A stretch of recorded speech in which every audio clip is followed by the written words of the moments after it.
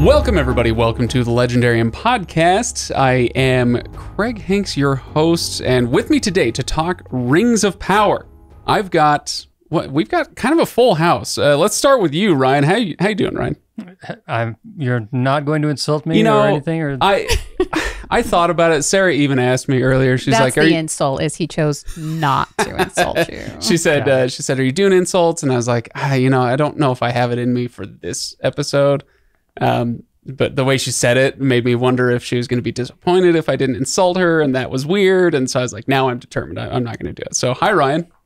Hello, stranger. And over on the couch, we've got Stephanie and Sara. How are you both? I'm good. Doing well. Sara, so that people can know your voices. Sara, say hello. Hello, this is Sara. And Stephanie. Hi, I'm Stephanie. All right, so there we go. Now everybody knows your lovely voices. We are here to talk Rings of Power. We today, as we're recording this, it's September 3rd. So we've had the Rings of Power, the new Amazon TV show, for about 48 hours. It'll be about 72 hours, well, close to 72 hours by the time this episode is released. So, as far as spoilers go, you've had your chance, okay? At this point, yeah, we're just going to turn it loose on spoilers and say, I assume you've seen the show. If you care and you haven't watched it yet, go watch it, come back. We already got your download, so I don't care, whatever. Hey, look, I'm a kind man.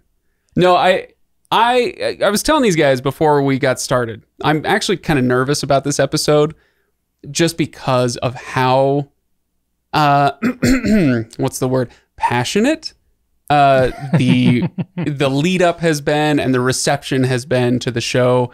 It's not been my favorite thing to experience as a general online phenomenon. Mm-hmm. The Rings of Power has not been a fun thing to follow in the lead up. And that has continued for the last 48 hours now that the show is out. It's not been especially fun for me to kind of read the takes, partly just because, maybe, Ryan, this is where I finally get to... welcome back to the Star Wars fandom. Right. This is like Ryan with his Star Wars stuff, where I think it's a little different because you have, and we've talked about this before, with Star Wars, it is...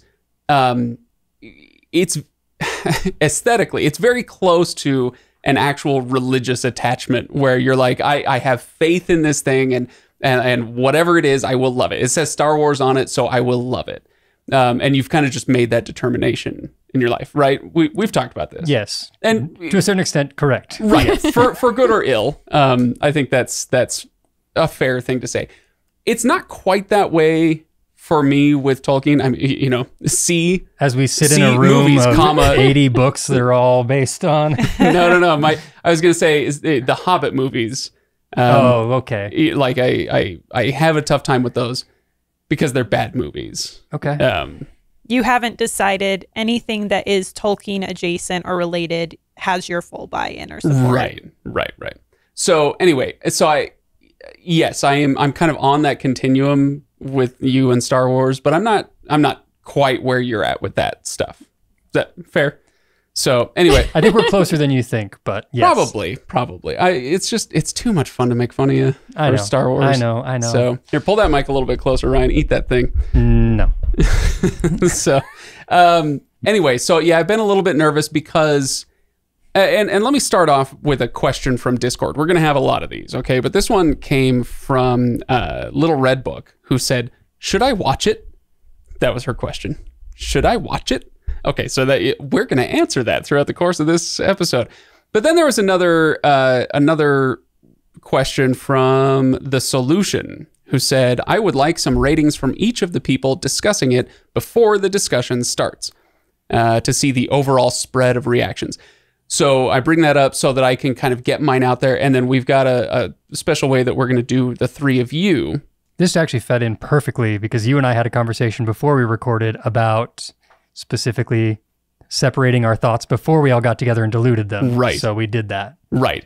And so mine will stay kind of separate because I did an hour-long live stream on Friday. And everybody, I'm going to be doing these on Fridays now for the foreseeable future.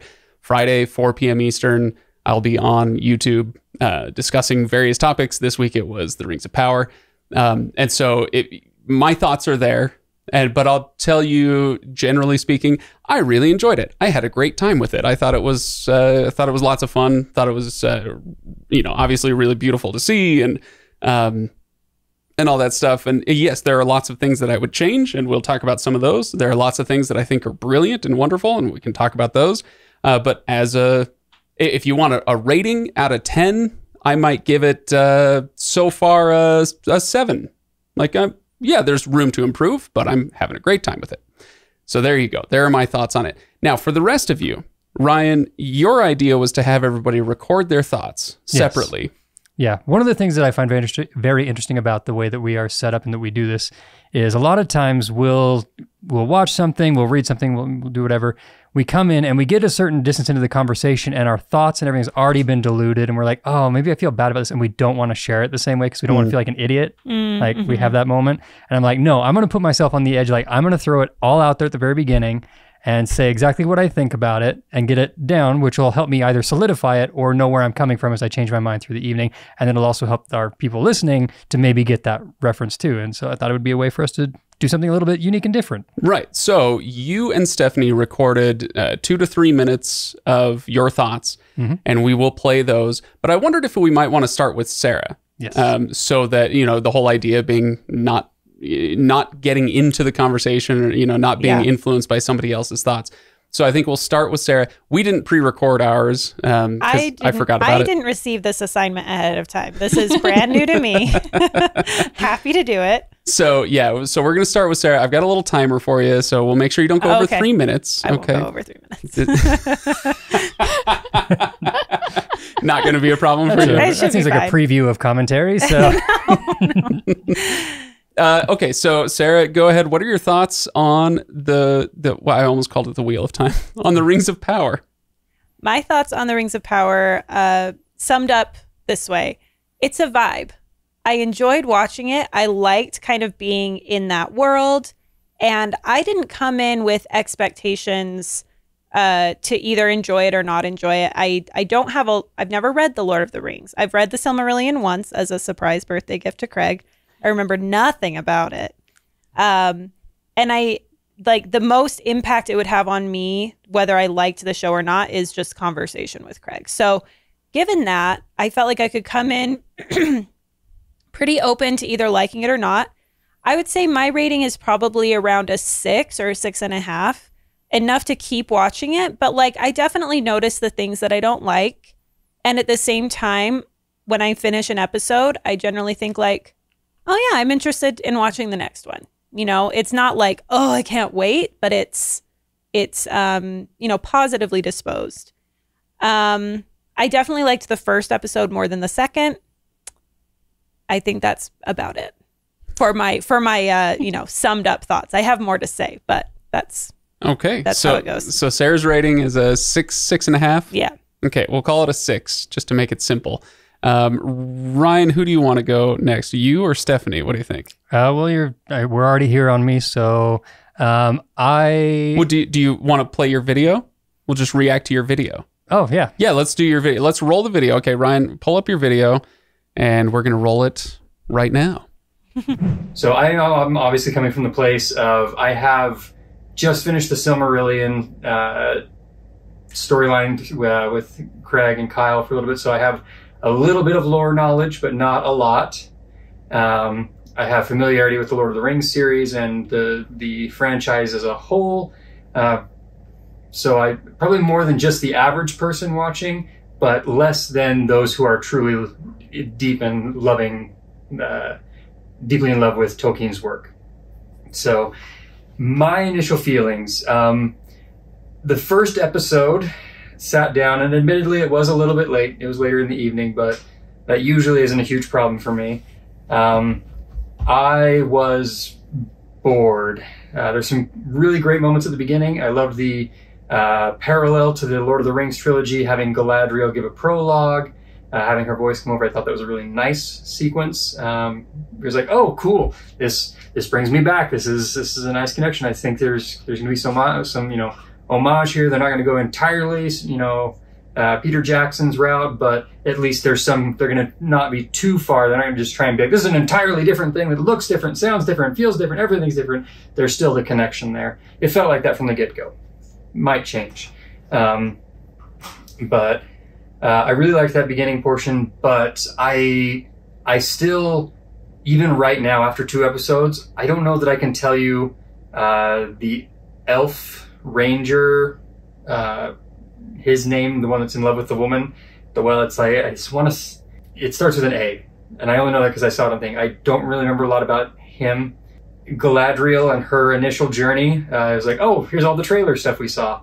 That's all right here at the front. So that means there's a lot in front of me that I haven't seen. That excites me. I'm glad that a lot of the exciting trailer sequences are gone, and now I don't know what I'm getting into. So I was happy about that. I do like the Galadriel character, the actress, I should say. I'm not sure if I love the character quite yet. I don't have a strong connection to Galadriel in the first place. So I don't know if I can't speak to whether I feel it's accurate or not. She's just a little too hyper-focused and a little bit too, for someone that I believe to the Galadriel that I'm familiar with is a very wise and very powerful sorceress isn't the right word, but she's very wise. She's a very powerful elf. This one seems very, very naive and narrow focus and stuff like that. So that's good because it means there can be growth into the character that she'll become. That's a good starting point. It's one of those things at the very beginning, it kind of grates me a little bit. Just thinking, that's not Galadriel, but it can be Galadriel. The Harfoots, I knew they were going to be Hobbit predecessors. I didn't make a lot of connections to it. I like the Harfoots. I liked their sequence. And I liked the stranger who came and crashed there. I think that's a fun storyline to connect the hobbits, the Harfoots, who are usually, and they've made very clear, they hide from people, to give them such a big piece. I think it makes for a good story portion. But episode 1 on the whole, I was bored. I got bored very quickly and was on the verge of dozing. Episode 2, which I waited until the next day to watch. Episode 2, much better, much better pacing, much more for me to grab onto, a little more fleshing out of the characters, obviously, that naturally happens. I also really enjoyed having just enough lore knowledge to connect to what's happening. Watching little moments in the prologue and in episode 2, kind of starting to connect some pieces to existing lore, having Khazad-dûm and hearing some of the curses like, Aule's beard and stuff like that. I know who Aule is. I know that one. I understand why that would be used. I like that a lot. So there's some really nice connections there. And those are my initial thoughts on it, and I'll get into it with the rest of everybody else as we go along. All right, nicely done, Ryan. So I think I get it. You're saying 1 was a little slower than number 2, and that's presumably that's why they released 2 episodes at once, right? Because they probably they did their test screenings and they looked at what the audiences thought. They knew what they thought of the show, and they're like, we probably ought to release 2 because the first one is all set up, right? So yeah, I feel like we got not a complete story arc, but a more full story arc, especially with the Harfoots by the end of 2 than we had at first. So all 3 of the main storylines, 4 of the main storylines that we're following, came to a little bit more of a semi-conclusion, or at least gave more clear direction by the end of 2 than they did at the beginning of 1. I didn't know where we were going at the end of 1. Right. Okay, that makes sense. Well, Stephanie, I am eager to hear your thoughts, and I know everybody else is too. Okay, well, but first, I guess, Ryan, I got to ask you, what's your rating out of 10 before we continue? Currently, I think I'm on the 7 train as well. Okay, honestly, right. it's good. Okay, I'm already influencing the conversation. I can't help it. Okay, Stephanie, let's hear what you had to say. I have now watched the first 2 episodes, and for a little background, my knowledge of Lord of the Rings stems from the movies. I played the Lego games first, and then I finally read the books. And these are just the Lord of the Rings trilogy and The Hobbit. It's all I've read. It's all I've had any desire to read. So I have no background whatsoever going into this TV show. I watched the first episode and I fell asleep before it ended. partially is due to the fact that I watched it really late at night, and partially due to the fact that I kind of found it a little boring. I was really excited about Galadriel and getting her backstory, because I think she is a strong female character that, in my knowledge of the movies and the books, you don't get to know a lot about her. So I was excited to get some of her story and where she came from. So I'm excited to see where she goes. But that first little bit, I'm kind of, I don't know, I was a little over her fight for vengeance, or whatever you want to call it. By the time, so then I caught up on what I missed in the first episode, and I watched the second episode. And the second episode is better. I liked the second episode. I like more of the storylines that are popping up.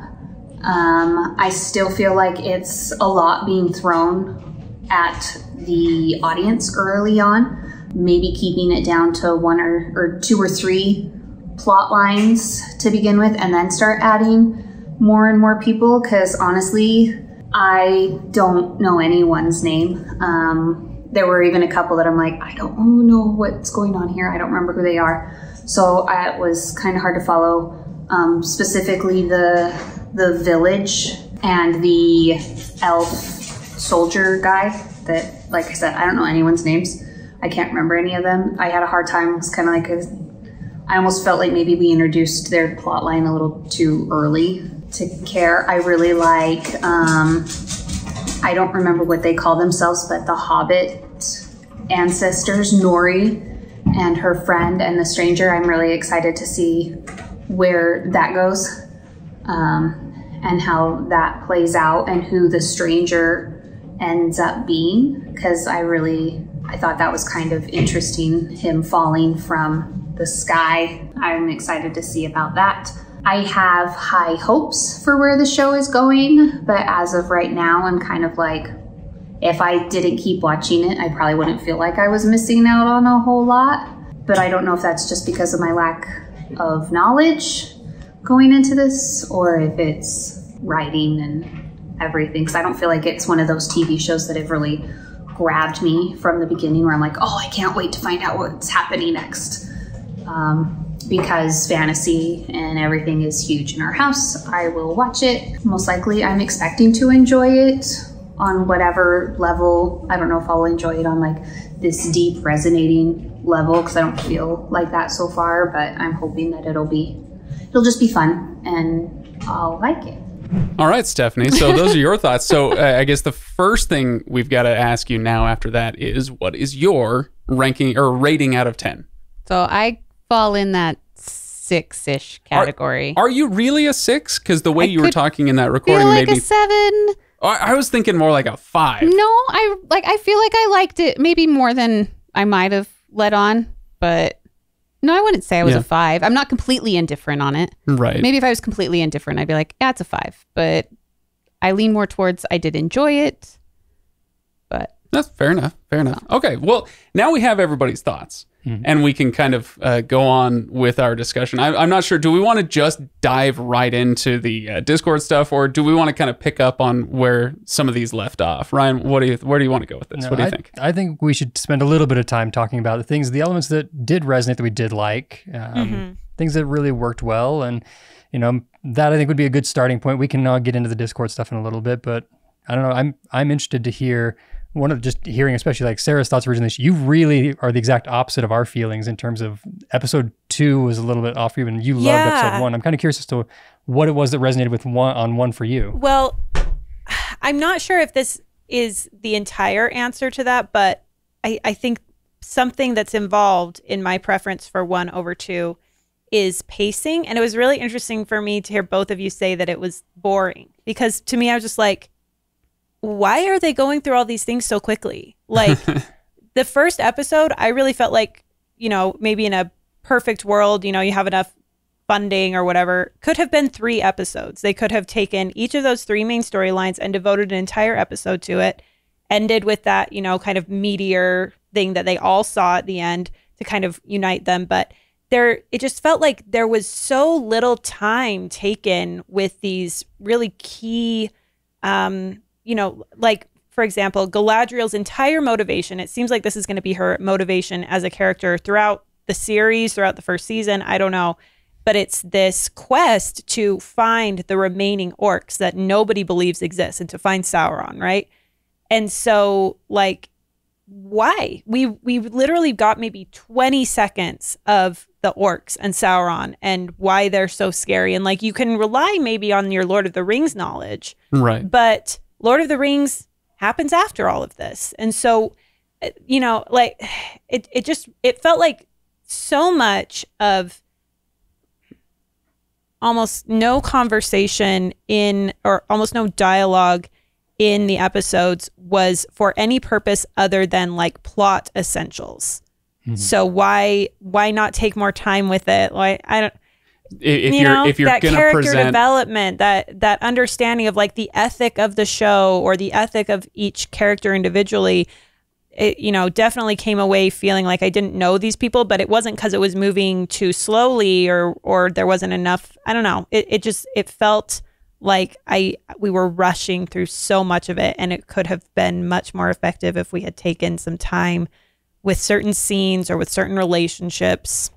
Yeah, no, I think this is an interesting place to start because you said something to me after we watched the first episode. Was that last night? Yeah. Yeah, things are a little shaky timeline-wise as for me. Always. But you said something interesting, which was at the end of the episode, Galadriel is going into this light. She's on the ship, and she decides to jump off the ship. What's beyond that?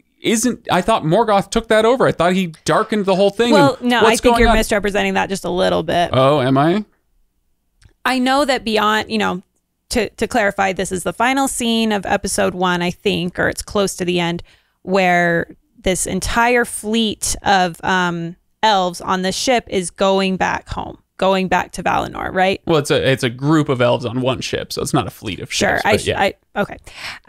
They're there, and they're all into it. They're excited. They're caught up in this moment. It's a triumphant moment for all of them, but Galadriel is very torn. I knew that Valinor was beyond it. I didn't assume that Sauron had taken over Valinor, but I wondered if that might be the case, because there was this whole moment where Galadriel is remembering advice she got from her brother when she was a child. And he says, remember, sometimes things only look like, I think he talks about the stars and how the stars reflected in the water can look exactly like the stars. So how do you know which one is real? And sometimes you have to touch the darkness to find out. That's the advice that he gives to Galadriel. And so I'm like, oh, is this a case of like, we think that this is what we've always wanted? We think that this is one thing. We think we're going home and that it's as beautiful as we've remembered all these years. But in fact, it has been corrupted. In fact, it's not what we think.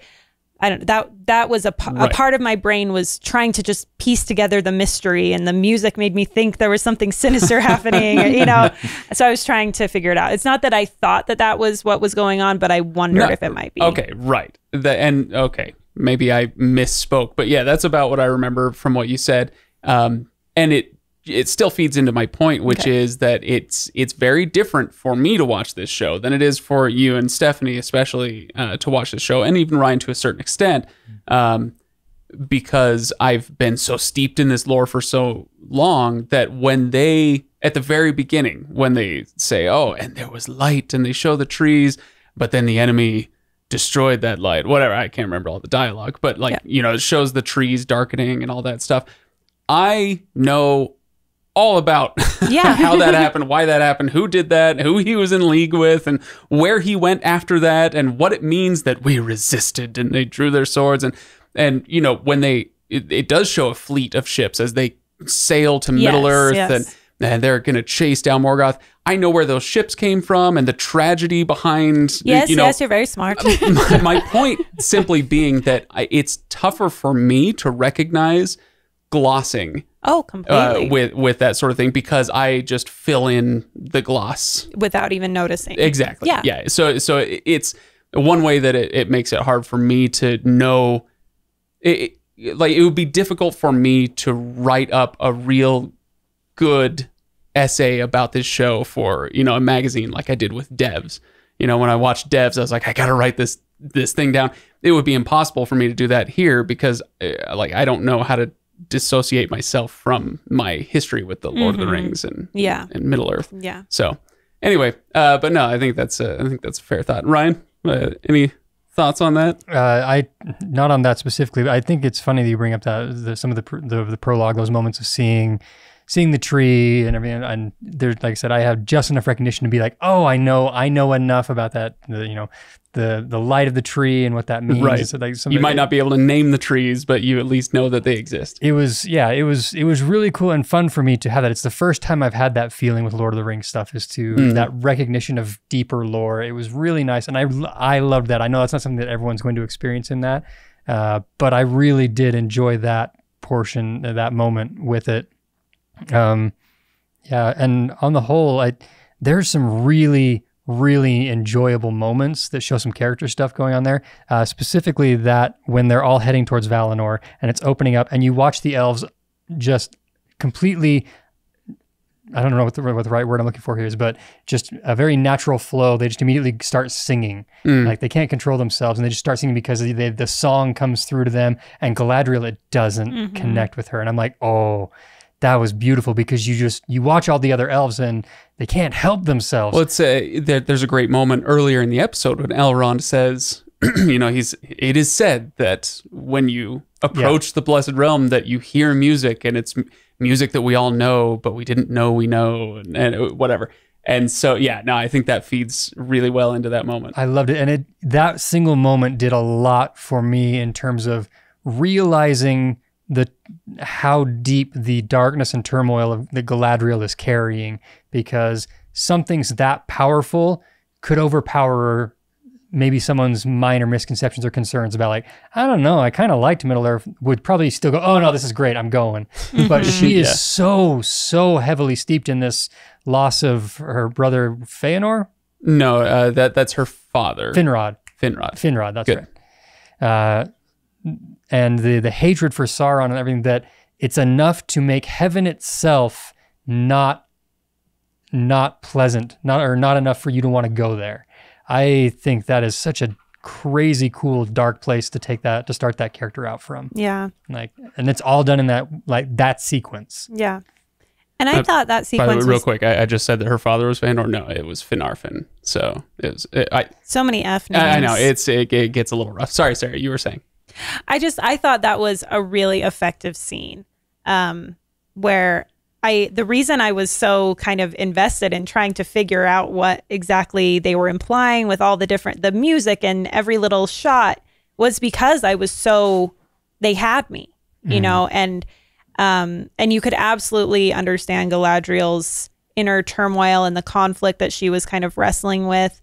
I guess I wish that there had been enough lead up to it to help us really understand that beforehand and just see the evidence of her feeling in that moment, instead of being like, oh, I guess she really, really cares about this whole Sauron thing in that moment. It's a little nitpicky, but I feel like that moment could have even been more emotionally affecting for me, if I wasn't trying to deduce what she was feeling in that moment, but if I had already been given all the information I needed to know her mental state, and I could just kind of be with her in that moment of being so torn, wanting to go home, but knowing that it just wasn't possible. Let me put myself in the writer's room here and try, I don't know if defend is the right word, but maybe just try to give a possible explanation for why they moved through so much history so quickly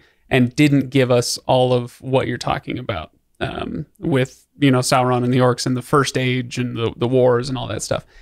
Part of the charm of the Lord of the Rings rests in this history that's laid out, partially laid out in the Silmarillion that we've been talking about for the last few months. And but if you've only ever read The Lord of the Rings, or if you've only ever read, maybe the later editions of The Hobbit, when Tolkien put some more history stuff in there, you get these moments.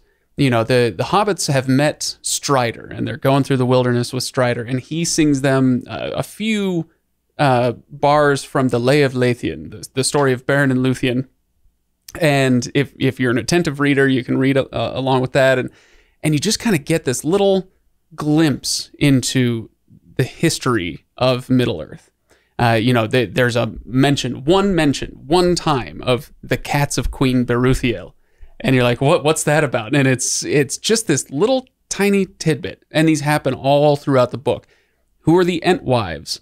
What's going on with this seemingly sometimes tenuous relationship between Rohan and Gondor? Why are they, why don't they fully trust each other? And or why are they such good friends as nations or whatever?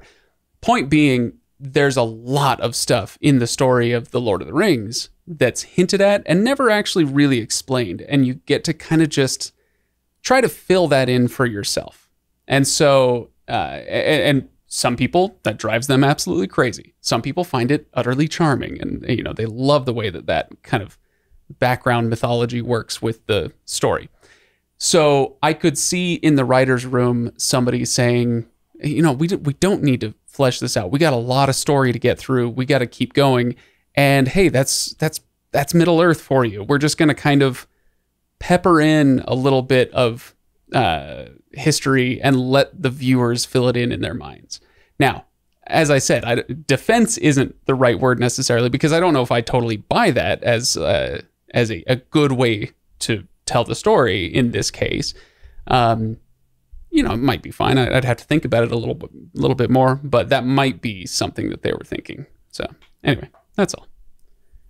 Okay, well, I've effectively shut down conversation. I think that I was thinking about this because one of the things that I have, it goes a little contrary to my initial feelings, is I do feel we have I want to say there's 4 storylines that we're following, and it does feel crowded. Mm-hmm. And I'm wondering, and I feel like it could be spaced out a little bit, like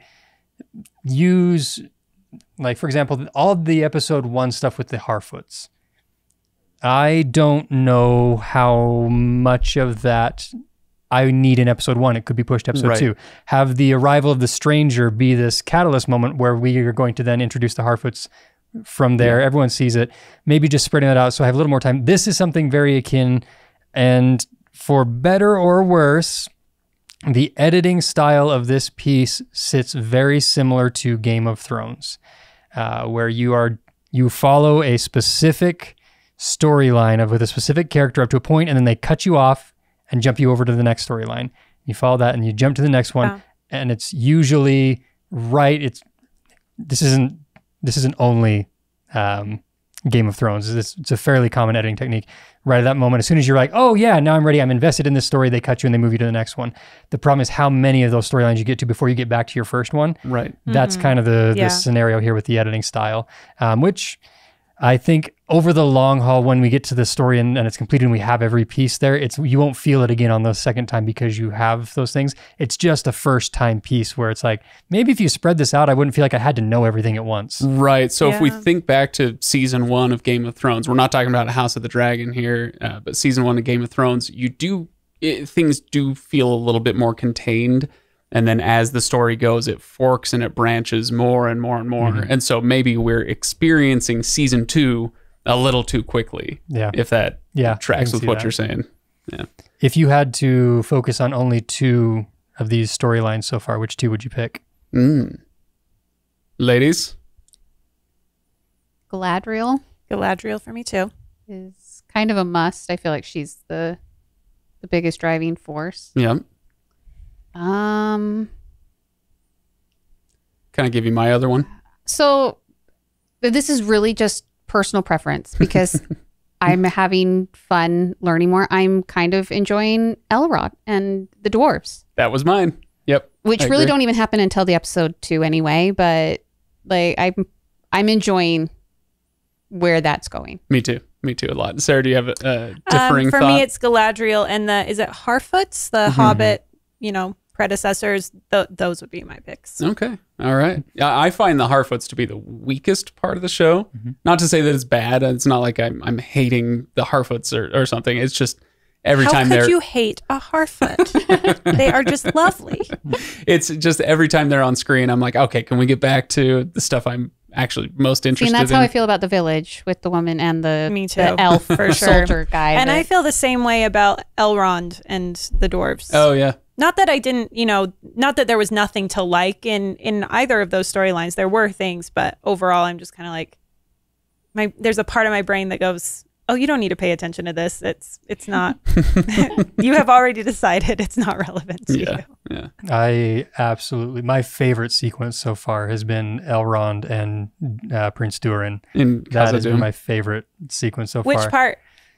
Or all of it? I don't know. I mean, yeah, it's the whole storyline arc from there.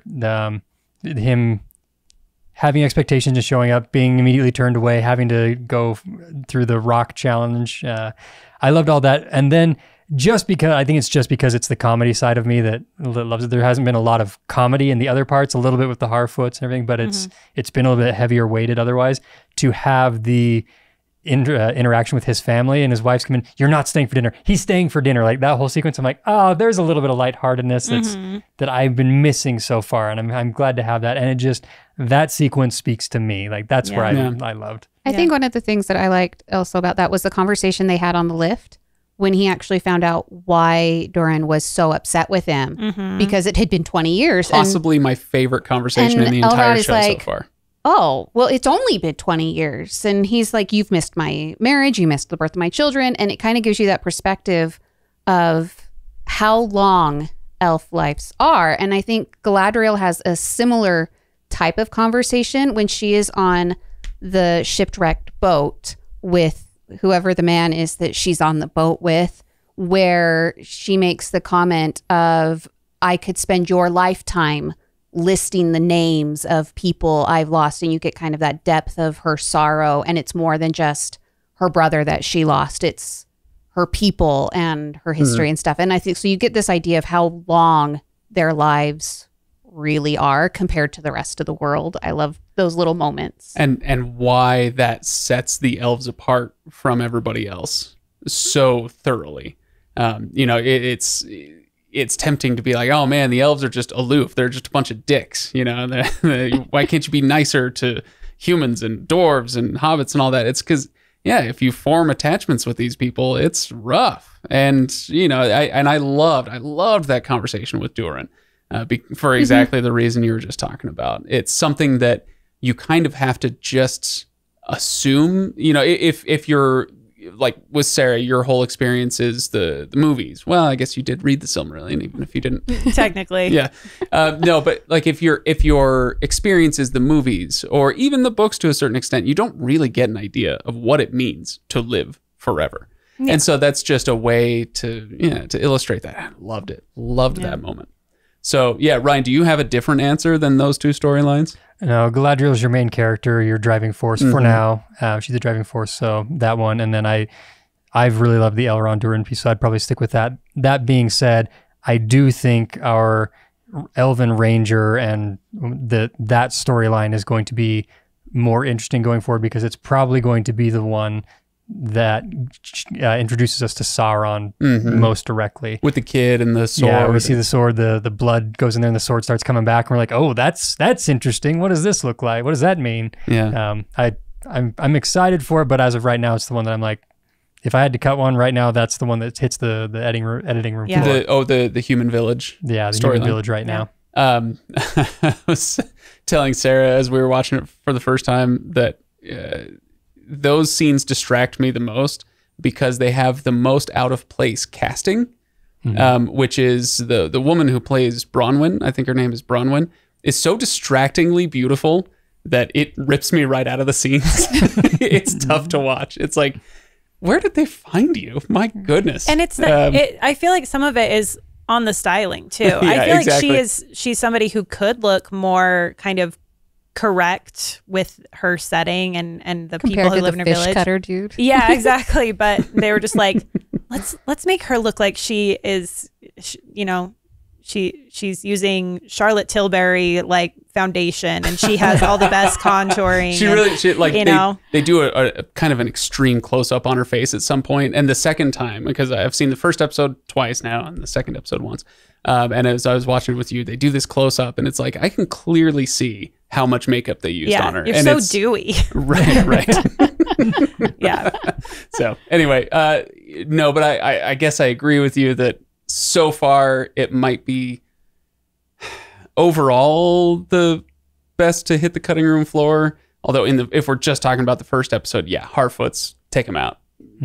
Of course, they're not going to. I mean, That's so we've got to have the surprising to hobbits. me. You got to have the hobbits. Like, to me, I feel like because of the nature of the show, totally my opinion, they are really like resting heavily on the charisma of the people, of the actors. Mm-hmm.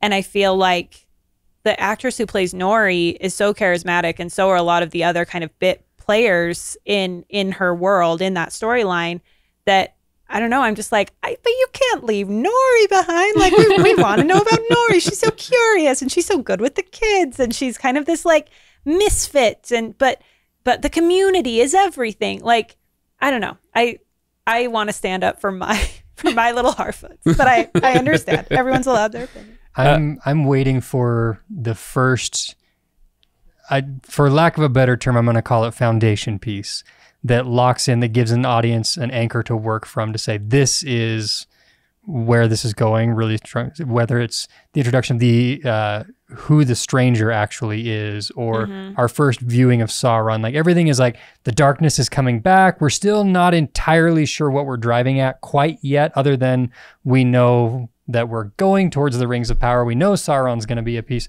We know all that's coming, but nothing in the story so far has driven us to some sort of anchor point for us to connect to, even for each of the sub-storylines. Like, the closest one I would say is that we know that Elrond is trying to get a forge.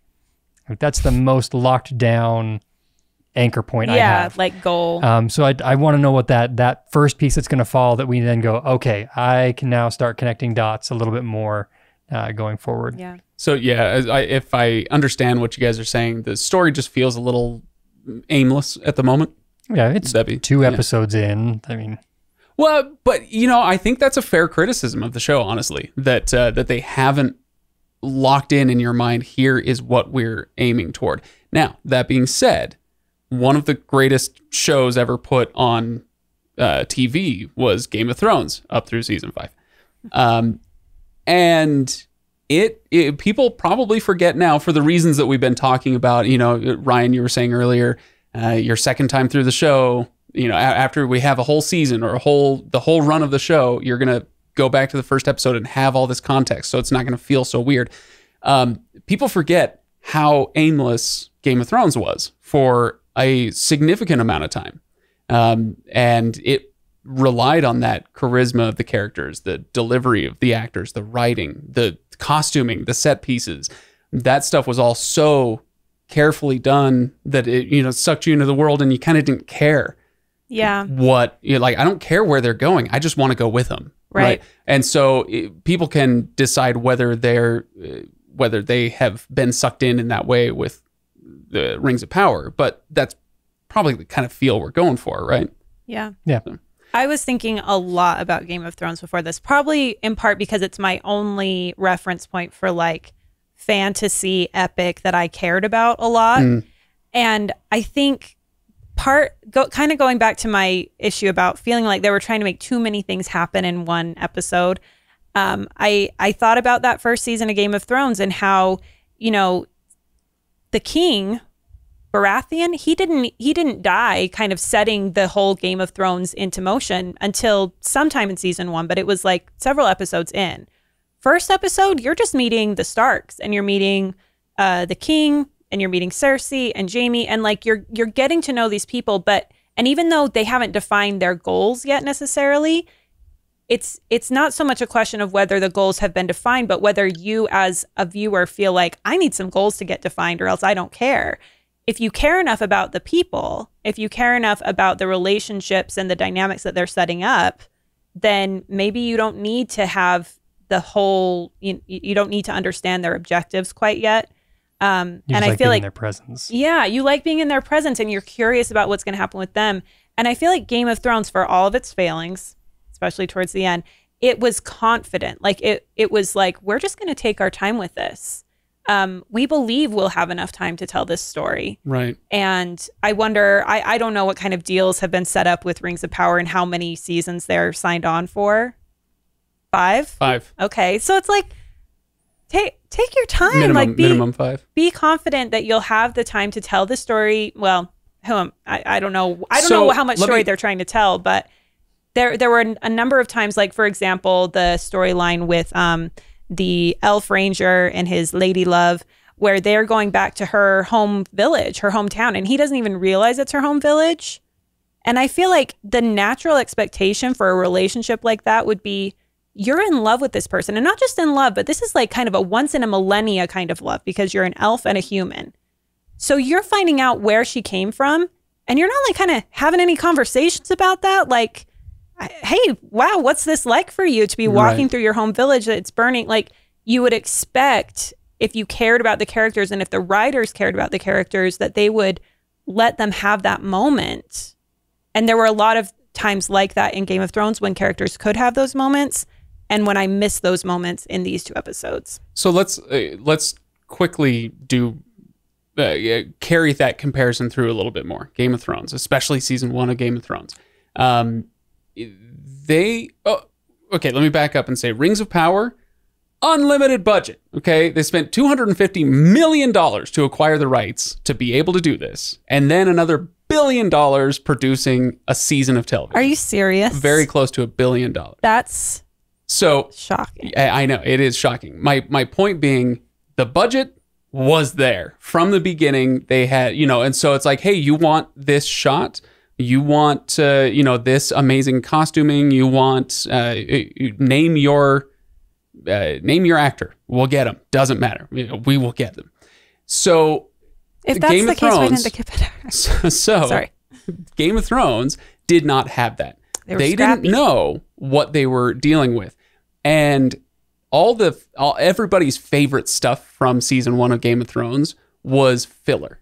Mm-hmm. As far as the showrunners were concerned, it was filler. Oh, well, we need to make our way there, but we don't have yet enough to fill up an hour of TV. And so we'll have them have a conversation. Mm-hmm. And so then you get, Tyrion kind of introducing himself with a big, long freaking monologue. Yes. Then you have the conversation with Jaime Lannister and his dad as he's carving up the deer, right? And it's one of the most amazing moments of the show. Because they're such good actors. They can just have that moment. They're good actors. It's good writing, but it was filler because they didn't have the budget. And so it is something to remember. Sometimes limitations are better for creativity than an unlimited budget, Absolutely. So. And I wonder too, Game of Thrones, the source material, if I understand right, has that kind of dialogue in those conversations. The Silmarillion is more so about kind of the beautiful descriptions of things, and it's not about exactly the conversations that took place between all these characters.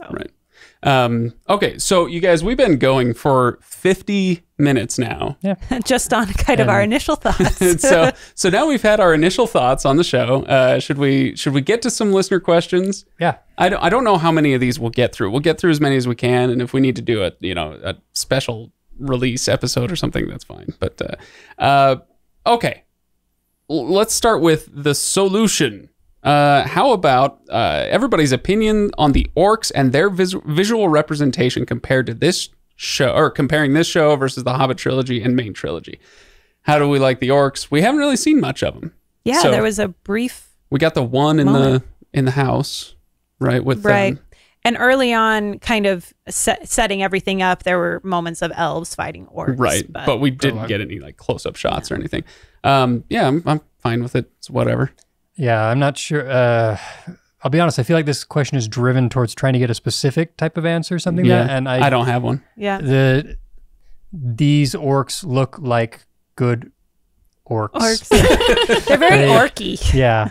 The makeup job, everything on it so far, from the little we've had, looks good to me. It doesn't look CGI'd, which I know is a complaint about. I don't question who this villain is that just attacked this boy. I'm like, oh yeah, yep. Especially when the skull comes off. I'm like, yep, that's an orc. I don't know what else. Yeah. All right. So how about this one? Joffwoo asks, who is the dude? Well, the stranger. Yeah, I'm going with the stranger on this one. I was wondering if it was referencing a certain 90s classic movie. Or, but no, yeah, who is the dude? And related, but more original, what were the words he was saying to Nori, and who or what are the 7 stars he's looking for? At this point... I have a theory. Oh, you do? I do have a theory. Okay. And this is the kind of thing where I don't want to actually answer the second part of this. You know, what the 7 stars and all that stuff, because I kind of have an idea, just because I'm so steeped in the lore, and I don't want to ruin it for people. And maybe I wouldn't ruin it. Maybe I would be mistaken. Maybe you'd be wrong, right? But I don't want to wade too far into this. So Ryan, what's your theory? So I have it narrowed down to, I believe it's one of 2 people. I believe the initial setup is supposed to get us to be like, oh, could this be our bad guy type thing? Because there's fire and scary bad guy looking things around him. But no, I am inclined to believe that this is either early Gandalf or early Saruman. Okay. Those are my 2. Very, very common theories, yeah. Those are my 2 that I think fit well. There's some visuals in there that I think are specifically aimed to make you think one direction with that, like Gandalf, like the taking of the fireflies and speaking to them in the hands is a very Gandalfian. Very Gandalf visual that we have from the original trilogy. It's like, oh, people will look at that and they will see that, and it's either a foreshadowing of who this is going to be, or it's specifically a red herring meant to make us think, oh, it's Gandalf, but it's actually Saruman. Right. Something like that. And you could just as easily go with Radagast in that case, because he was so in tune with nature, and he spoke to the birds and the beasts and all that stuff. And so, hey, maybe it's Radagast. One of the wizards. That's kind of the direction I was leaning on that. And the 7 stars, the 7 things that he's putting on there. I don't remember exactly what it was, but I don't think it's actually necessarily like it's his brothers or sisters. It would be the other wizards. Like I'm trying to find the others who were sent here to take care of things because Sauron is here or whatever. Right. Stephanie, any thoughts? I have no thoughts, okay. None whatsoever. Just making sure I didn't steamroll anything. Yeah. Sarah. This literally the question never entered my mind. Right. I was never like, I wonder who that is. Because I feel like the only way you could know who it is if you have context for the Silmarillion, and I don't. And so for me, my entire investment in the stranger is understanding his relationship to Nori and Poppy and what his presence will mean for the Harfoots. Yeah. Which I thought it was hilarious when they put him in the basket in the wheelbarrow. And then it starts going down the hill and you watch them chasing. You're like, ah. It's like, sorry. Oh, so now you care. She's like, no, it's not my wheelbarrow. Like, I need the wheelbarrow. So another theory along these lines, it's Gandalf, it's Saruman, it's whatever. The timeline would be way off for that. But isn't the timeline already really, really off with the Harfoots? Yeah, we can maybe get into that. Okay. But anyway, so yeah, the timeline would be really off for that. So some people are theorizing that it's another wizard. I need to go double check this, but somebody online said, but Tolkien was really careful to say that that the 5 wizards that were sent over were the leaders of the Istari, the wizards. And so maybe this is another Istari, a pre-Gandalf, Saruman, whatever.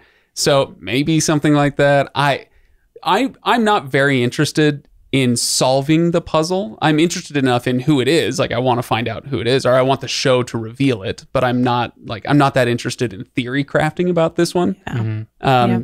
I will say if anybody's interested about the 7 stars, just Google it. Google the Gondorian flag, okay? And the 7 stars and 7 stones, and there's some rhymes and there's lore around that. So that's all in there. And I'm going to leave it there, okay? So let's see.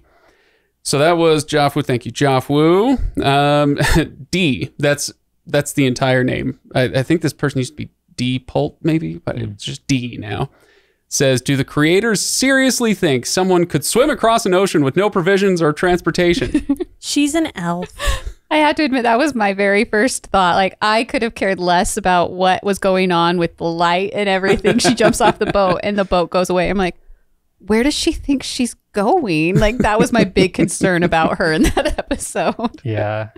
I had the same first thought. I'm like, wait a minute, where's she going? But at a certain point, you just have to say, she's superhuman. So. Well, but it also feeds into just how strongly she feels that she's like, I would rather try and swim this ocean, even though that's Yes. an unrealistic expectation for me, than to just give in. Yeah. And by the way, I'm going to weigh myself down with a dagger. Right. No, I think Well, that's it's a very that's a smart important point, dagger. Ryan. It's nostalgic.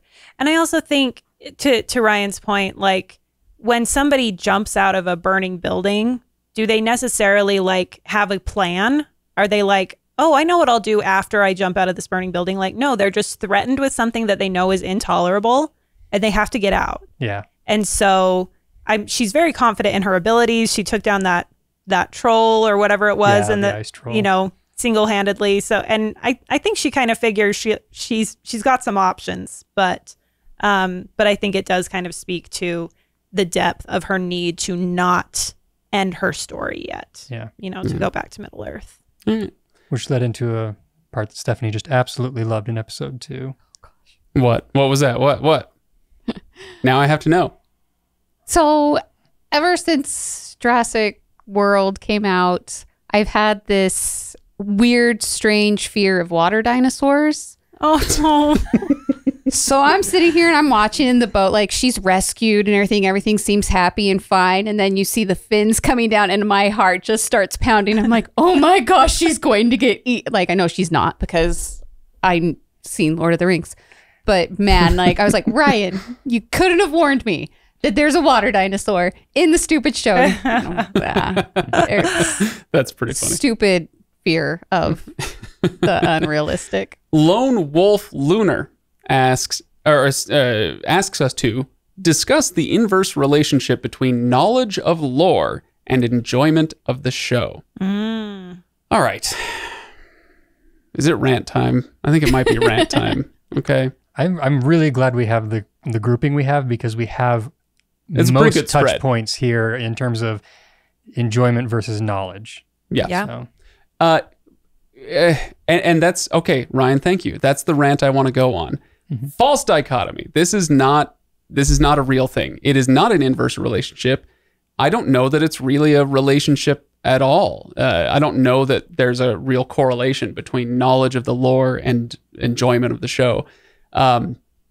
There are moments that I think are more fun for somebody like me, in just a kind of a, hey, I know that thing, and it's fun for me to know that thing. So when they're climbing the waterfall, you get the little the title card that says Forodwaith, the Northern Wastes, and I know what that is. I know where it is on the map, and I know its history, and I know kind of who lived there and what wars were fought around this area. And so it's fun for me to know that. So I get that there is some relationship, but I don't know that it's causal. And I think what we're getting at here, I don't know for sure, okay, if Lone Wolf Lunar is kind of getting at this, but it's definitely an internet thing where it's like, well, if you know all of this stuff, then you can't possibly enjoy the show because it's just ruining all of the lore. It's just messing with everything, so you can't enjoy it. Well, screw that. Straight up, screw that idea. You can have the knowledge of the lore, but knowledge is not wisdom. And I'm getting old enough now to understand that I can let go and say that I don't own the lore. It doesn't belong to me. I have my headcanon, and I know kind of what most of the actual canon is, but somebody else had a different idea of how to tell this story, or they had different headcanon, and that's okay. So even if you know this stuff, be wise enough to let go of your attachment or your perceived ownership of it, I should say, and just give it a shot. Let it succeed or fail on its own terms. I'm not saying that this will be an amazing show, but so far I'm enjoying it, and I'm happy to give it a shot. No matter how much I know about the lore, and no matter how much they mess with it, the timeline of the Harfoots or freaking naming her Eleanor. Okay, that one does get me a little bit. But even those things, I'm like, just let it go. It's fine. I think it's a show. You're going to run into that problem anytime you have a fandom. Like, I remember watching through Wheel of Time, the new series that just came out. I have since reread the first book afterwards, and because I watched the first episode, and I was like, oh, this this is really different from the book. And then I reread the book and it's like, oh, no, it's not. I mean, there was a lot of complaints about Harry Potter when Harry Potter came out about what they've done with the books and what they've taken out and what they've ruined. And anytime you get a passionate group of people, you're going to have those people that feel like this medium has ruined my love for something. And it really hasn't. I think it's satisfying. We get some sense of satisfaction from that feeling of ownership. And that's where gatekeeping often comes from. You know, I will be the gatekeeper, and this will give me that sense of ownership. I am a true fan. I love this thing. And the fact that you love this interpretation of it means that you don't love the real thing as much as I do. And that gives us a real sense of internal pleasure. And I have been victim of that many times in my life. I'm not saying that that I haven't, believe me. But the older I get, the more I realize it's not a fun way to live your life. It's not a fulfilling way to consume your media. Mm-hmm. So anyway, I have some thoughts here. You know, I'm coming into this show without the knowledge component. But that question reminded me of another show that came out recently, and I don't know what the Venn diagram overlap might be in the Legendarium community for people who would have watched this show too. But the show Under the Banner of Heaven came out a few months ago on Hulu, docudrama based on this particular series of events in kind of Mormon fundamentalist communities. Suffice it to say, I had a lot of investment in that story. You knew the story kind of front and back. I knew the story really well. I went in, and so I came into that show with the knowledge piece. And for me, the show really missed the mark. I realized that, and what I realized was, yes, other people did have an interpretation of the story in a way they wanted to tell it, and that was valid. But I wanted a show that would meet my needs, and I assumed this would be it. And kind of the feeling sometimes when you're going through watching a show that you have a lot of investment in emotionally is realizing that there's a sort of pain in like not seeing your vision realized on the screen because you wanted it. And it's not so much about judging other people, whether they're allowed to enjoy it or not. But I think it's valid to, you know, to recognize, like, I wanted something out of this show. It matters to me. And if it's not meeting those expectations, there can be kind of like a frustration or a grief or, you know, depending on how serious it is, like there can just be some negative feelings associated with that. It doesn't mean that anybody did anything wrong necessarily. But I know in my case, I was like, they're never going to make another show about this. They're never going to make another Under the Banner of Heaven. There's only going to be one. And for me, they focused on, quote unquote, the wrong things. And somebody might feel the same way about this show. And it's okay to kind of mourn that a bit. I think that's absolutely fair. That's a really good point. My answer to that would be, you're talking about a true story, something that was the 70s, 80s. The 80s. It was a story of a murder in the fundamentalist community. And because of that, because it was a real event that happened, 30, 40 years ago, it gives it a different set of requirements. Does. Now, you can also, so there's the fact versus fiction. Oh, well, hey, it's just Middle Earth, right? Oh, it's just fiction. Well, yeah, okay. But let's take it a step further and say, not only is this a fictional universe, but also this is a time in that fictional universe and a place that is only very, very rudimentarily sketched out. I don't know. Triple word score on that one. Thank you very much. It's only sketched out to the barest degree. And so my issue with this show specifically, and the anger that people have had in the lead up to its release, and now that it has been released, is that what I see happening is people create their headcanon. This is who Galadriel was in the Second Age. This is, this is what these characters would have been doing. This is how these civilizations formed and why. And you create that headcanon, and that is part of the fun of Middle Earth. Yeah. I've been there. I am there. I have my headcanon. But so it's not It's not like these were real people, a real event that happened. It was documented. Exactly. Yes, I totally and get you're that. and you're screwing with the time. You're screwing with the timeline and the details, and kind of giving us a false idea of who these real people actually were. So in this case, it's just not that way. No, I and get that. So if I want to go off on, and like Galadriel, a lot of people are really upset about, oh, well, this isn't the Galadriel we know. Well, it's not the Galadriel you think you know. That sounds like a tagline for the show. Not the Galadriel you think you know. You thought you knew Galadriel? Guess again. Well, yeah, but people are saying like, oh, she would have calmed down by now. She wouldn't be so fiery. You know, she's such an elegant, chilled out woman by the third age, right? She wouldn't be so fiery. Well, why? She had to get there somehow. Right. And what we know of her is when in her time in Valinor, when she was, quote unquote, young. She'd probably been alive for thousands of years already. But when she was in Valinor and Morgoth stole the Silmarils and fled to Middle-earth, and the seven sons of Feanor and Feanor himself took their terrible oath, Galadriel was right there. She's drawing her sword saying, let's get the guy. Let's go. Burn the ships, do what we got to do. Let's go. Well, okay, I don't know, burn the ships. Okay, she wasn't doing that. But but my point being, she very much was, that she had that fire inside of her that she describes in the show.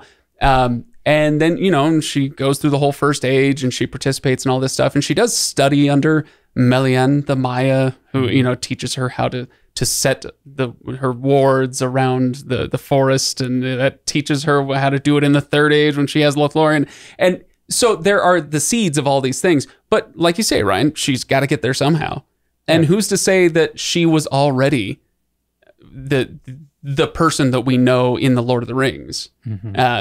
I guess. Sorry, I'm She has a bloviating much at this more point. interesting character arc. But my point is just, if you have your headcanon, enjoy it. Have so much fun with it, please. That's, like I say, part of the charm of Middle-earth.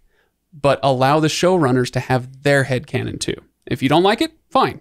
But don't tell me and other fans that we're wrong for enjoying somebody else's headcanon. Yeah, I can understand that for sure. And I think understand that my advice, I guess, or my insight based on my Under the Banner of Heaven experience, totally different though it was, is just that your feelings about it don't necessarily mean that the creators of the show or people who liked it are in the wrong. Right. But your feelings are still valid. Have them, share them, but don't make them other people's responsibility or,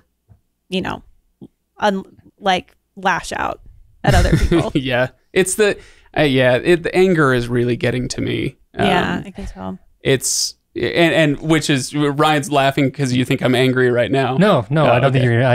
I've had the vaccine for this for a while in the Star Wars community. Of just this frustration. I absolutely understand the frustration, because there's a whole series of people out there who act like counterfeit detectors who study this. And they're like, I know what the real thing is so perfectly that anything else will devalue what I love. If I let anything through that is not perfect, it devalues what I love. And I cannot tell you how far from the truth that is. And all you're going to do is, in most cases, is you're going to miss out on things you probably would have enjoyed if you just let go of a little bit there. Right.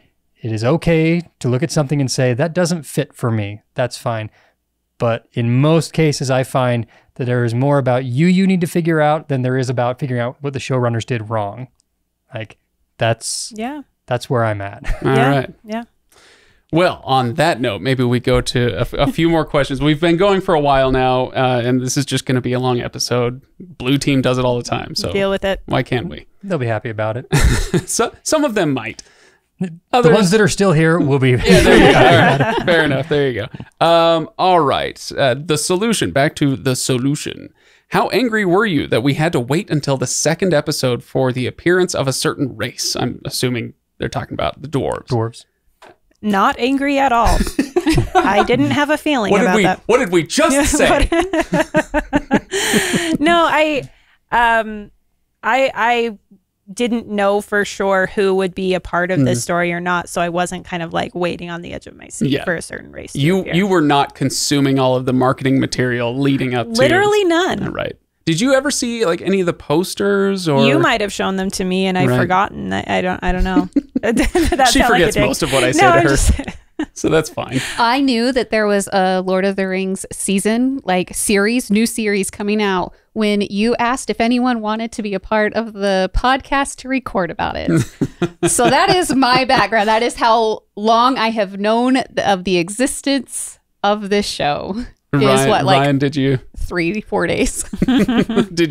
were you upset by the delayed arrival of the dwarves on the show? It didn't cross my mind until finishing up the episode 2 and realizing that was when they came in. I was like that there. But like I said earlier, I feel like episode 1 and 2, the planned release of this, is really, they couldn't do that in one episode, Exactly, so it's yeah. split into 2. So treat it as your intro, and everyone got introduced in the introduction. We got all the races in there. We're fine. Right. We've already talked about how they might have overdone it with so many storylines, trying to juggle so many storylines right up front with the show. And it would have been even worse if in episode 1 they were like, oh, and we got to fit 12 minutes of dwarves in there. Yeah. Like that would have been tough to do. So I think you could have had in episode 1 or in both episodes, you could have introduced as many people and races as you wanted if there weren't so many kind of plot points happening.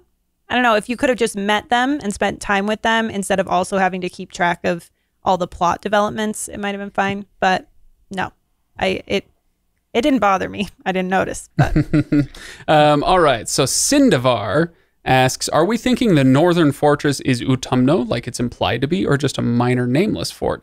It's not Utumno. Utumno was in Beleriand, and Beleriand is mostly now sunk underneath the Sundering Seas. And so it's not Utumno, but we'll learn more about the fortress as we go. So hang in there. It's one of those things I don't want to potentially spoil. I don't know If it is The Utumno, rest of there's us a were all major going to change. answer that as well, but Craig just beat us to it. So yeah.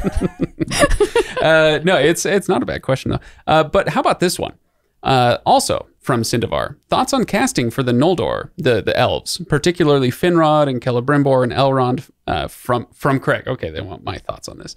I want to know if these actors and actresses that are quite interesting to look at work well as elves. This is something that I put that in quotation marks because I said that on the live stream with the elves. I was saying, it's nice to have pretty people to look at on screen. We all love that. That's why pretty people get cast on screen. Fine. But more important to me is that they be interesting looking, especially with something like the elves. I want them to have not just physical beauty, but physical charisma, make them interesting, make them charismatic to look at. Anyway, so that's where that came from. I want to know if these actors and actresses that are quite interesting to look at work well as elves, since I know the appearance of the elves in this show has been something that's been criticized by a lot of people until this point, though mainly because of a divergence from Peter Jackson's interpretation. Yeah, that's exactly it. People who are criticizing it, it's their headcanon again. And a lot of that headcanon, and I'm victim of this, I'm affected by this as well. Peter Jackson's design from his movies feeds into a lot of what we assume that these people look like. And so, you just have to back off of it and say it's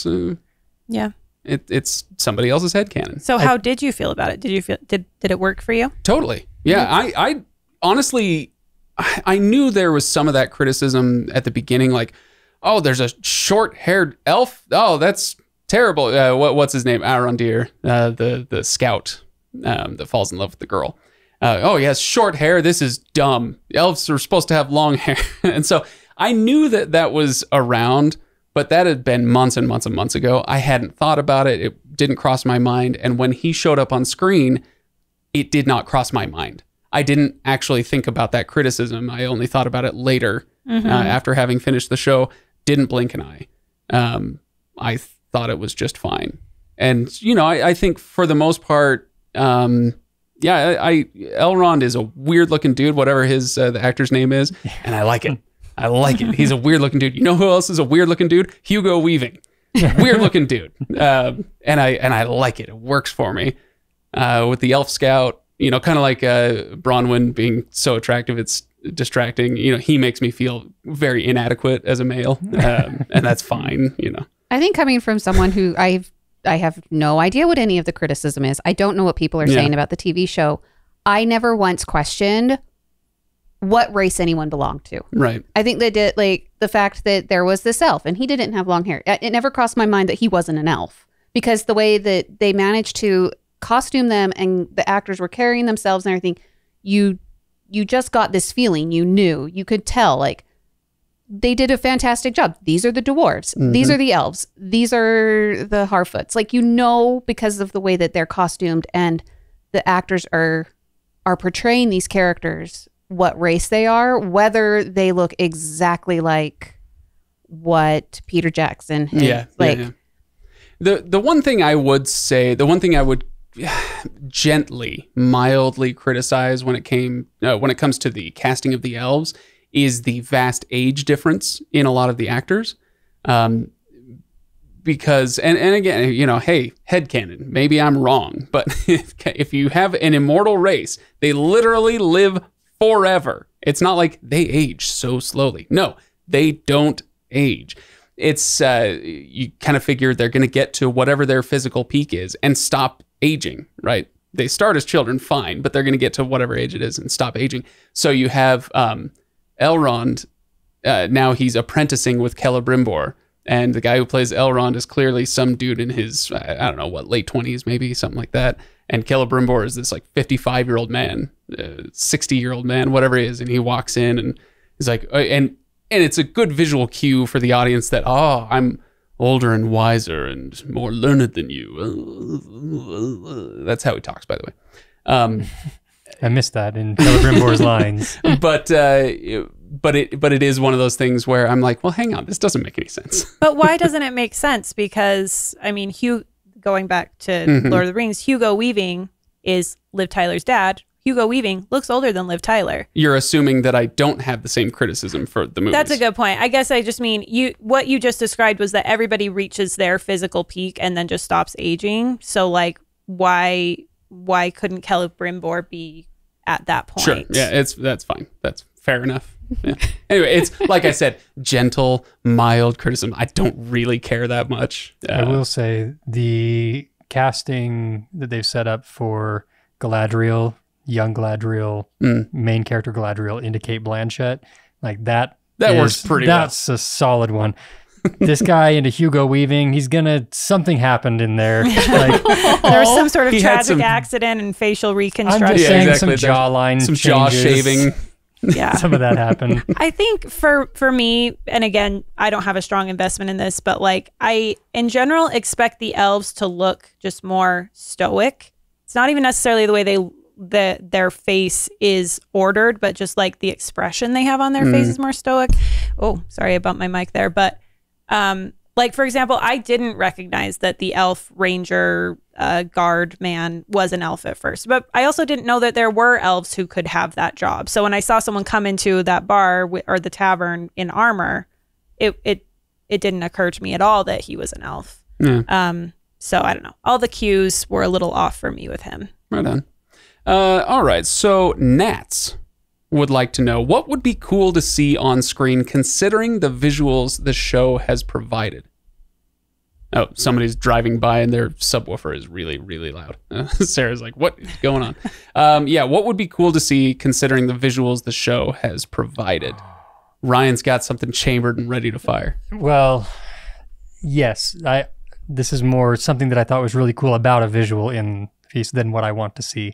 I'm very excited to see the actual forging of the rings, because that's clearly a huge element of this story, being the Rings of Power.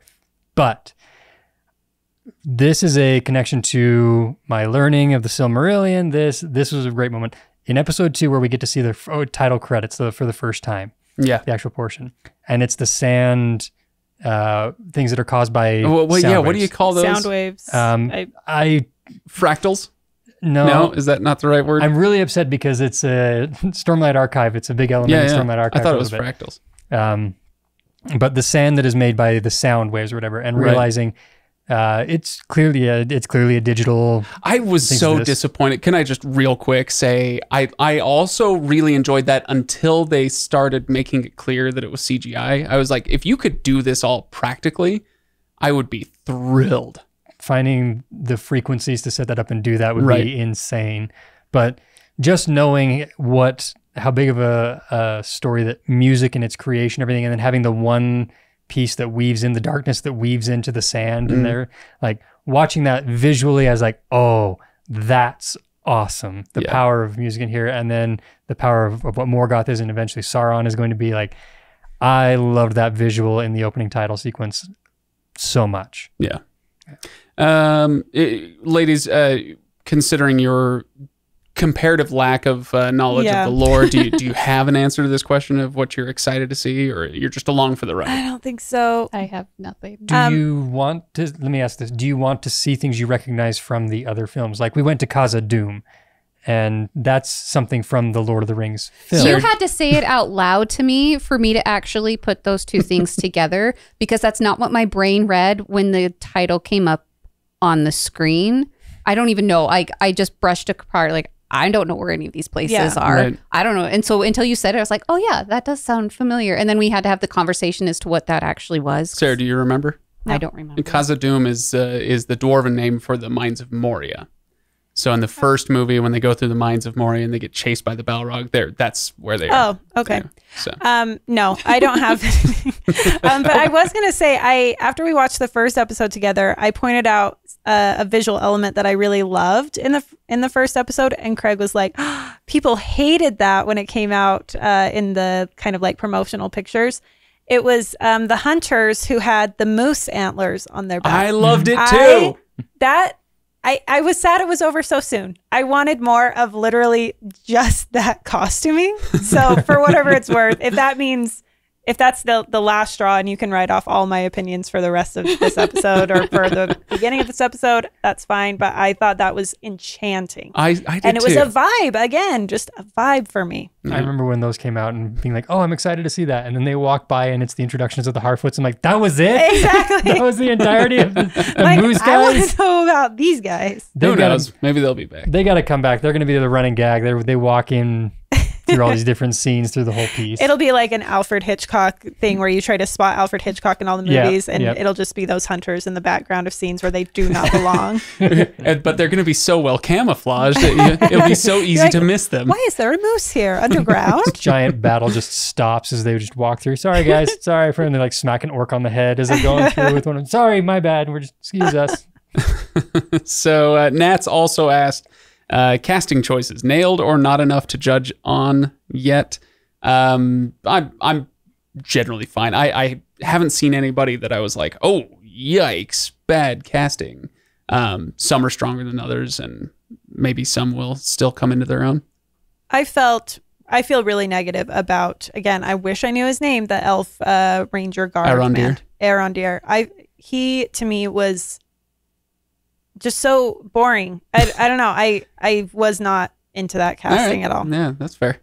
Yeah, it's he probably wasn't given much to work with at that point. That's a great point. But I think there's something to be said for just like screen presence and also chemistry. I did not feel the chemistry between the two of them. And again, this is like a death-defying kind of love. And I'm like, but have you even met? Like, you don't even seem like you like each other that much. Yeah. That's me. Right. Best cast character so far, Durin. Galadriel and Elrond are both solid for me. Outside of that, everyone else they're good. I think it's for the most part, like with Elrond and Galadriel, it's too early to tell for sure. They've been fine so far, but I don't think anybody's been given a ton to work with except for maybe Durin at this point. And, they all have their scenes, but like even Galadriel's character, she has the most screen time, but it's so focused. It's so laser focused on her devotion to the hunt for Sauron that's all the actress has to work with. So people are calling her, oh, she's so robotic. And I'm ready for her to grow as a character. Yes. And she hasn't been written to do that yet. Yeah, exactly. So yeah, too early to tell. All right, that's fine. The casting for Nori really stands out for me. I really love the actress who plays Nori. Yeah. Yeah, she is fun. I like her too. Stranger. He's hate her nailed name. that. All that. He just nailed it. All right, so we better start wrapping this up, you guys. My word, we've been going for way longer than we normally do. You have to split this into part 1 and 2. Should we? I don't know where you do that, but Too late now. Yeah, too late now. Kip 10, I love this question actually from Kip 10. What are the things you need to forget about it? Need to forget about in order to enjoy it? What are the things you need to forget about in order to enjoy the show? And I assume we're getting into like lore stuff. You don't need to forget everything. You don't need to forget anything. This kind of, I don't want to do my whole rant again. Okay, I'm not going to do my whole rant, but it kind of just gets into the timeline. Like, I know when the Harfoots enter the historical record, and it ain't now. When this show takes place. And so I guess things like that, just forget it. It's fine. Other than that, at this point, I don't really have anything because I'm struggling to think if there are any forget about where Eleanor Brandyfoot's name came from. that legitimately is that's probably my biggest bugaboo with the show right now, because Eleanor is the name that Sam gives to his daughter after he encounters the flowers in Lothlorien that only bloom there on Caern Amanoth, and they the flower is called Eleanor. He falls in love with the flower, so he names his first daughter Eleanor. And this is not a Hobbit name. it's weird that her name is Eleanor. And so anyway, that's all right. I've said my piece on that. But forget about it. It doesn't matter. Who cares? Her name is Eleanor. Okay, now enjoy the show. The things to forget about the setup here. You need to learn to draw a Venn diagram for things like this. There's the one circle, which is the lore that you love and the things that are there. There's the other circle, which is the things that are set in this show, and find what sits in the circle in the middle and let those exist. And then anything that's over in the just lore section that doesn't fit on the other side, just for now, it does not devalue it that this exists. Just let that be. So we are going to start wrapping this up. And there are a million more things that we could talk about. There are a million more things that I could talk about. I don't know about the rest of you, potentially. But I think we should start wrapping it up an hour and a half in. So let's revisit the very first question from Little Red Book, who asked, should I watch it? And she actually came back and said, I'm actually serious about that question. I don't watch a lot of TV. Should I watch this? Do you guys have an answer to that? Like a simple, quick answer? Sarah looks disgusted. Or troubled. I don't know how you are at reading my facial expressions. We've been married long enough. I don't think I was troubled or disgusted. I guess my quick answer would be, I don't know. Do you want to watch it? Is there anything that makes you think you might like it? Then maybe give it a try. But I don't feel like we have enough information. I don't really feel like I want to recommend any show unless I've seen enough of it to really know what it's driving at and how good they are at telling a complete story. And we just don't have enough information yet. Maybe after the first season, I could say, yeah, it's worth your time, or yeah, skip it. But watch it if you feel like there's any reason you might enjoy it. And I don't know. Yeah. Stephanie? My first inclination would be to watch it. It's something that I'd be like, okay, as a fantasy lover, someone who might enjoy Lord of the Rings, I've never talked to Little Red about Lord of the Rings, so I don't know how her feelings are about it. It's one of those things. If you enjoy Lord of the Rings, watch it. If you really enjoy fantasy and the world building that happens on screen in those kind of situations, watch it. If you're not into watching TV, are you going to miss, is your life going to be over because this is the one thing you didn't watch? Probably not. No. Yeah. Ryan, thoughts? If you are already disposed to not, that you're sure this is going to be a train wreck, don't watch it. Don't hurt yourself. Don't wait till it all finishes up and you can go through the whole thing and experience it. Because if you try and do it piece by piece over the next few weeks as they release, you're just going to hurt yourself. Wait till it's all out and then decide if you're going to hate watch it. If you are just genuinely curious, I only have an hour a week to watch TV, to watch something. Should this be what I put in that hour?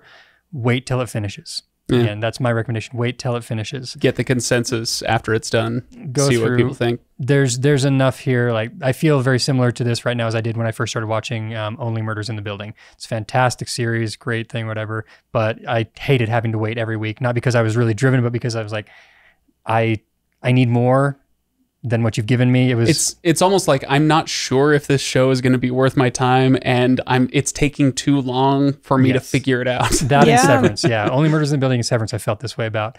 So I'm kind of seeing that same vibe here a little bit. But to the general public who's just mildly curious, yes, watch it and see how you feel. Yeah. Like, if you're a fantasy lover, you're going to have a feeling off of this. And then just follow your heart. Follow your heart, he says. No, I think my Ryan and I are very simpatico, as occasionally happens on this show. Mm-hmm. Yeah, I'd say watch it. It's good. It's well done. As a massive, lifelong Tolkien fan, yes, it is very well done, and I'm enjoying it. If you're going to be angry, don't watch it. That's not a catharsis that you should be seeking. Mm-hmm. It's not catharsis at all. It's not something that is going to enrich your life. If watching this will make you mad, don't watch it. And also, please disengage with the discourse on social media around the show. If you're not going to watch it because it's making you angry, then also just keep it to yourself. And, like, it's not worth there's making yourself and others upset. There's something very unique about this show that we don't get with any other show too. That it will serve you no purpose if you're angry to watch this review moment. This is a passion project for a billionaire who has thrown so much cash at it. This is going to finish whether you like it or not. You're not going to affect the trajectory of this show much by that. That's not saying your opinion isn't valid and you don't have a reason to share or whatever, but don't think that review bombing, this is all of a sudden going to make Jeff Bezos go, okay, never mind. Season 3 is canceled. We're going to scrap it. That's not going to happen with this. With the amount they've already thrown at this and the more he's throwing it, it's not going to be the case. This is the guy who spent $250 million to buy the Washington Post because he thought it would be cool to own a newspaper. Yeah. That's it. Yep. so that's a bad motivation. I do have a hypothetical to ask you, though, that's along these lines. Oh boy. All right. So much for ending the episode. I know. Right. I know. Sorry. Great final thoughts, everybody. Let's go on. Let's keep rolling with this. I don't want the question. I don't want the answer of what you think would happen. I want to know what you would do. If you were the head of the Amazon studios, Jeff Bezos is tied up in a closet, has no say anything on this, or whatever. You can only continue the Wheel of Time or this series. Which do you do? I would do the Wheel of Time. I think I would too, but I also am saying that having gotten an entire season of the Wheel of Time. And so I don't know. It's possible I could feel different at the end of the season. That is strictly my own personal investment from the Wheel of Time as opposed to Lord of the Rings. Ask this again at the end of the season. Yeah, no, I think that's very valid to ask that question again at the end. But honestly, my affection for Rosamund Pike, that's going to be hard to overcome. I don't know. I don't know if there's any aspect of this show that could overrule that. And also Land's ass. I don't even know what you're talking about. So literally that's nothing to do with it. My answer to that would be Lord of the Rings, but that shouldn't be a surprise to anybody. And this is coming from somebody who loves the Wheel of Time. And I am generally enjoying that adaptation fine. But yeah, I want to see where this goes. I'm interested to see what they're going to do with this. Do you have an answer, Ryan? Yeah. I think if I had to choose one to go forward with, I would probably go with Lord of the Rings. I think there's a wider area to work in there than what the Wheel of Time has for them in terms of canon. The books canvas is much more blank for this. Yeah. And so they have much more possibility. Yeah. So I would choose Lord of the Rings. That being said, I would be extremely heartbroken to hear that they were like, yeah, we're only going to do Lord of the Rings. We're not going to do Wheel of Time and finish that up. Like, that would break my heart because I've really enjoyed that. All right. Well, fair enough. I think we should ask that question again at the end of the season. We are not going to do an episode on every episode. That is not going to happen. But I'm sure that we'll be discussing them on those Friday live streams. And so if people are interested in getting into it, getting my views and not just mine, but hashing it out with you in the chat section, then check out the live streams every Friday, 4 p.m. Eastern. You got to go subscribe on YouTube. There will be a link in the show notes. And so, yeah, go subscribe on YouTube. And I'm sure we will do an episode after the season is over. At the very least, we'll do another episode then. So anyway, you guys, thanks for soldiering through 90 plus minutes of episode. Hey, it'll be great. People will love it. I resolutely stick to my some people will love it. Yeah. But yeah, for all of you who are listening, I hope you enjoyed the discussion. I know that there are many things that are left unsaid. Sorry about that. We're not doing an 8-hour discussion on the show. So yeah, there are things that we're not going to get to. Add us on Discord. Yeah, exactly. Yeah, go on Discord. And for heaven's sake, if you go on Discord, please keep it civil. Our Discord server is legendary, so to speak, for this, and it must stay this way. So if you are going to come have a discussion, please have a discussion. If you don't like the show, that's fine. I'm not saying you can't dislike the show, but please keep it civil. I've seen what you say in other corners of the internet, and I don't want it there. Okay, so come hang out on Discord and be nice. Come hang out on YouTube, Patreon, whatever. You'll find all that stuff at thelegendarium.com. Thanks everybody for watching and listening, and we will see you next time.